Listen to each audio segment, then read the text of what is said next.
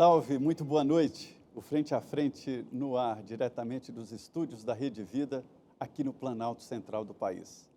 Antes de tudo, eu queria agradecer aí a esse programa muito bom que nos entrega aí uma audiência muito qualificada, ao padre Reginaldo Manzotti e toda a equipe do programa Evangelizar. Muito obrigado. E a você que nos acompanha, fique à vontade, puxe a cadeira e venha conversar aqui sobre política. Política muda a sua vida.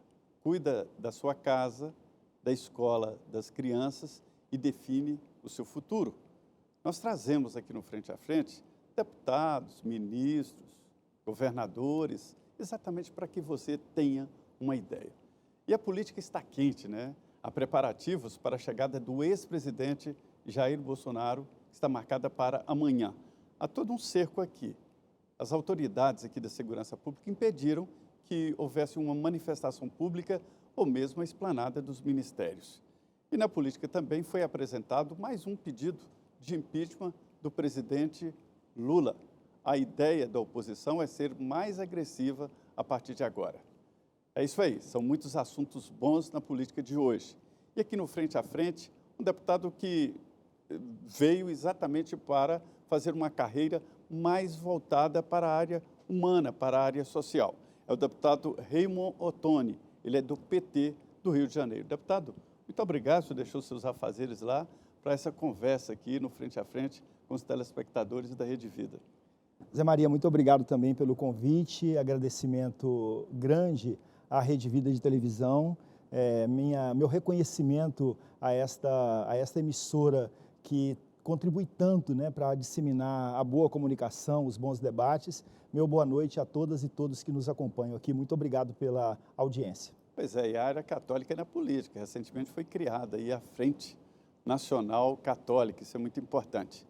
E aqui nessa conversa boa, hoje vai ser uma conversa boa, a minha parceira de sempre, Denise Rotenburg. Boa noite, Denise. Boa noite, Zé Maria. Boa noite, deputado. Obrigada por ter aceito o nosso convite. E aqui hoje na Rede Vida para você, nós vamos tratar de vários temas. Hoje tivemos a apresentação ali dos primeiros acordes do arcabouço fiscal, as novas regras fiscais que vão substituir aquele velho teto de gastos que já tinha sido furado há muito tempo.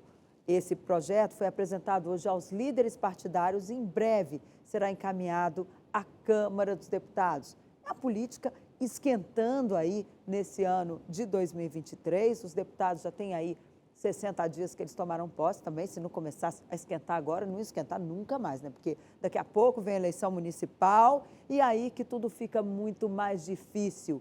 E o deputado que está aqui hoje com a gente, além de ter apoiado o presidente Lula, ele é do PT do Rio de Janeiro, mas ele é mineiro de Conceição do Mato Dentro.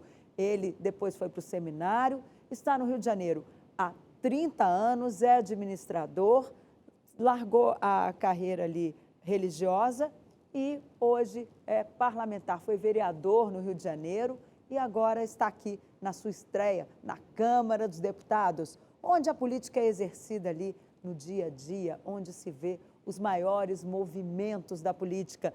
Deputado, eu quero começar com o senhor falando de educação, que é um tema que precisa de dinheiro, daí precisamos de um arcabouço fiscal firme para que sobre dinheiro para o governo poder investir nas áreas prioritárias.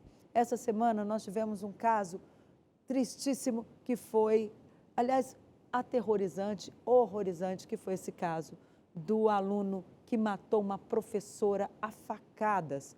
Como a escola, como o sistema de educação pode agir para que casos como esse não se repitam?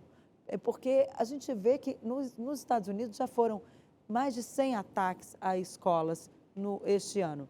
Já tivemos agora, aqui no Brasil, 3 ataques este ano. Como evitar essa tragédia, que essa tragédia se prolongue por mais tempo?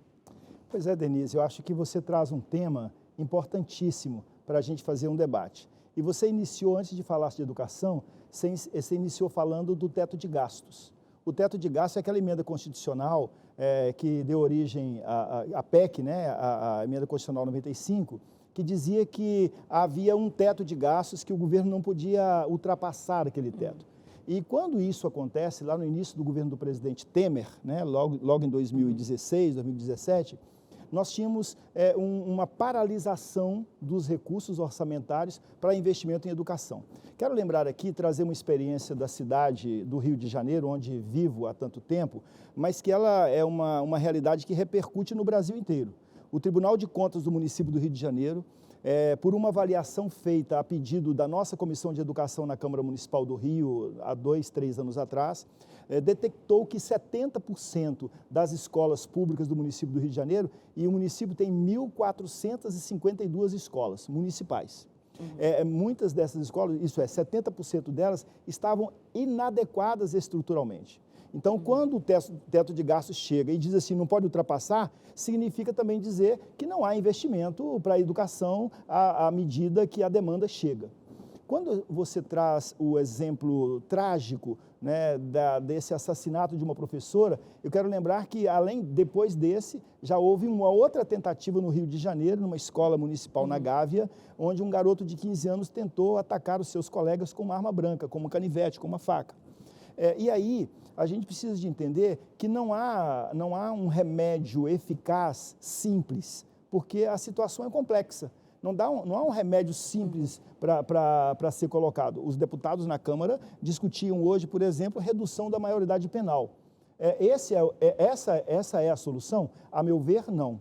A meu ver, a solução está em investimento real na educação, com valorização dos profissionais, educação que possa trabalhar a questão do tempo integral, educação que possa dar às crianças, adolescentes, a possibilidade de elas terem os conhecimentos que abram as suas consciências, as suas vidas, para elas tocarem os seus caminhos.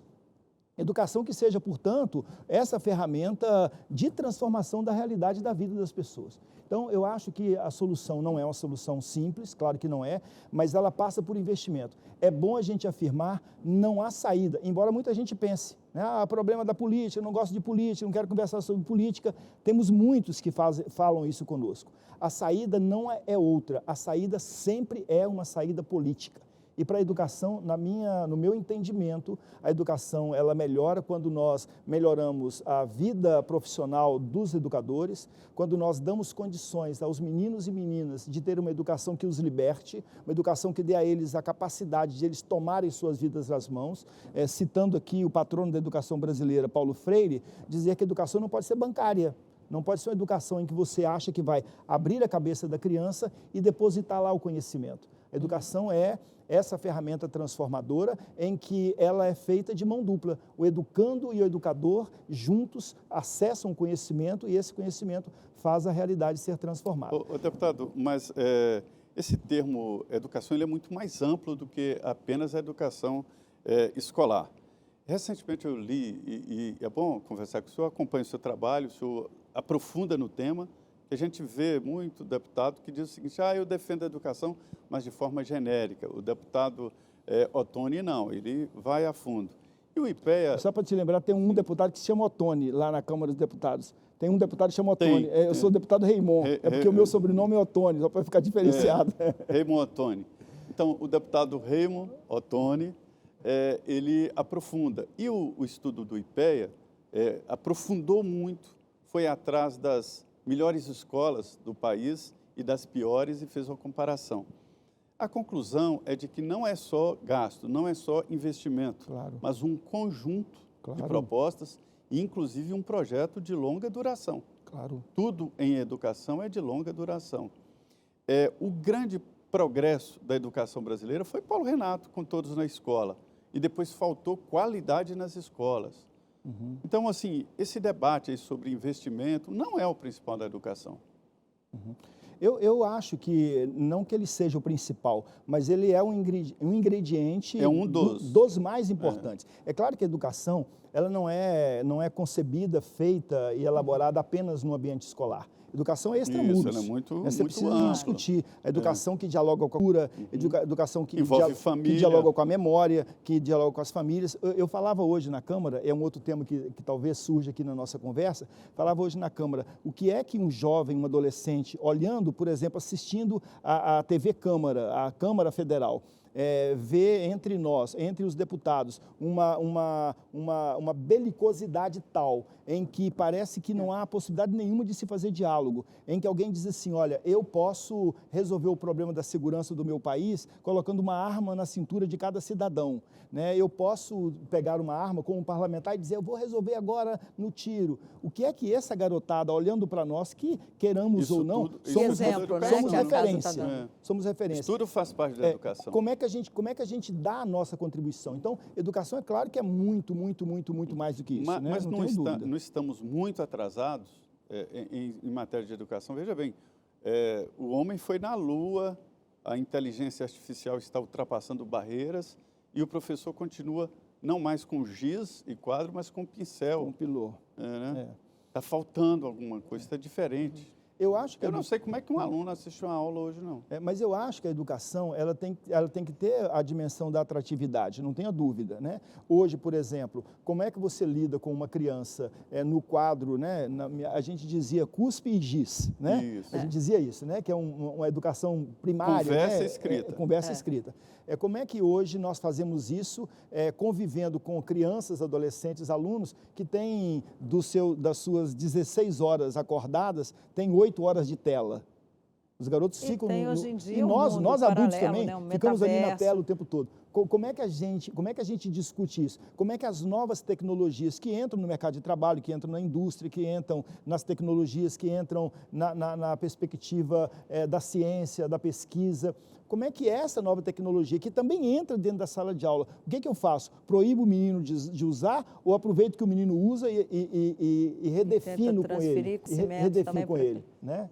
Então, é isso. Há muitos avanços, né? Quando a gente tem, por exemplo, a expansão universitária, e aí estou saindo da criança, indo para a expansão universitária, a gente consegue compreender que todo mundo pode, desde que queira, acessar o ensino público de qualidade, porque está lá no artigo 6º da Constituição. Homeschool, o senhor é contra ou a favor? Não entendi? Homeschool.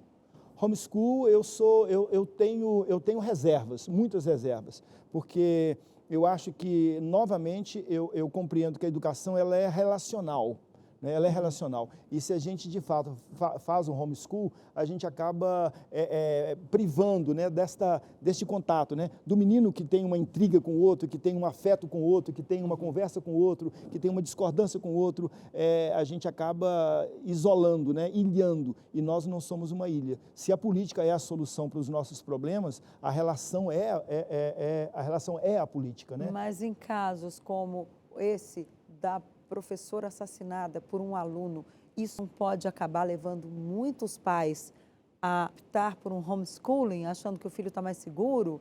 Enfim, eu já ouvi gente falando isso lá no plenário da Câmara.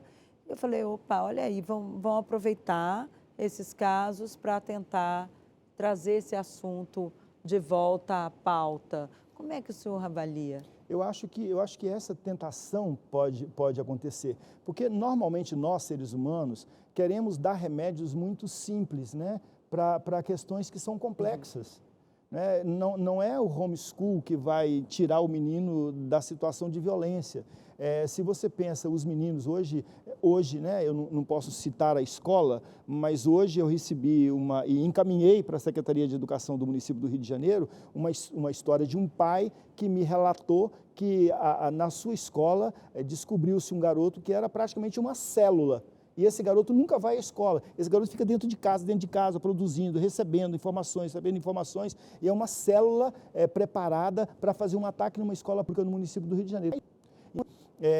O homeschool resolveria isso. Aí é o inverso, né? Você tira o garoto do convívio, mas quando você tira o garoto do convívio, é a maior tragédia para o ser humano viver no isolamento, né? Solidão é uma coisa muito dura, né? Eu posso ser solitário, eu posso ter um espaço meu e preciso por ter. opção, né? Todo mundo precisa, e até todo mundo precisa mesmo, né? Ninguém tem uma bateria social que vai ficar com ela ligada 24 horas por dia. Nós precisamos do recolhimento, mas nós precisamos da convivência. E a educação é a grande ferramenta da humanidade, desde que o homem é homem, a mulher é mulher, as relações se dão, e isso é processo de educação. Ok, nós vamos para um rápido intervalo. Eu convido você a permanecer aqui conosco, que ainda tem muito assunto para a gente tratar aqui no Frente a Frente. Quando é que a Câmara vai começar a ter uma relação mais civilizada. O que vimos até agora são os deputados se xingando no plenário e o presidente da Câmara e do Senado brigando pelo protagonismo nas medidas provisórias. Voltamos em 2 minutos.